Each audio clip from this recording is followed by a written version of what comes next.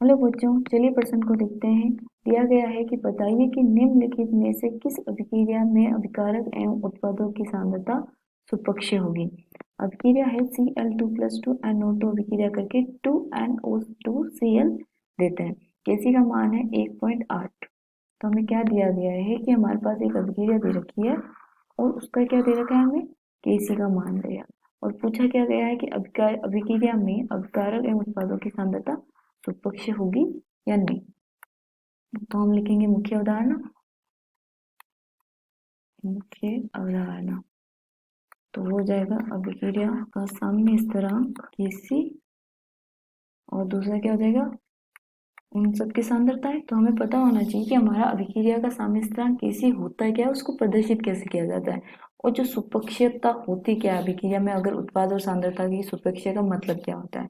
ठीक है, तो अब आते हैं हमारे क्वेश्चन पे। क्वेश्चन में क्या दे रखा है कि Cl2+2NO2 अभिक्रिया कर 2NO2Cl बनाता है, जिसके Kc का मान भी मेरे पास क्या दे रखा है 1.8। तो हमारा जो Kc होता है वो क्या होता है, उत्पाद की सांद्रता की स्टोइकियोमेट्रिक गुणांक बटा अभिकारक की सांद्रता का स्टोइकियोमेट्रिक गुणांक घात में आ जाएगा। तो Kc का मतलब सुपक्षीय का क्या मतलब होता है कि इसमें बोला जाता है कि अगर किसी भी उत्पाद और अभिकारक या उत्पाद की सांद्रता सुपक्षीय तब होगी जब हमारा Kc क्या होता है, Kc का मान लगभग 1 के आसपास हो, तब अभिक्रिया प्रक्षय होगी।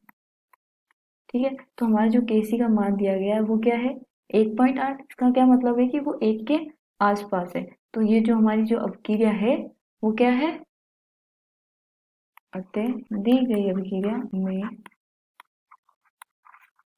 अभिकारक व उत्पादों की सांद्रता क्या होगी, हमारी सुपक्षीय होगी, क्योंकि हमारा जो Kc का मान है वो क्या है 1.8, मतलब 1 के आसपास है। तो हम बोल सकते हैं कि हमारे अभिक्रिया और उत्पादों की सांद्रता क्या है, सुपक्षीय। आशा करती हूँ आपको समझ में आया होगा। धन्यवाद।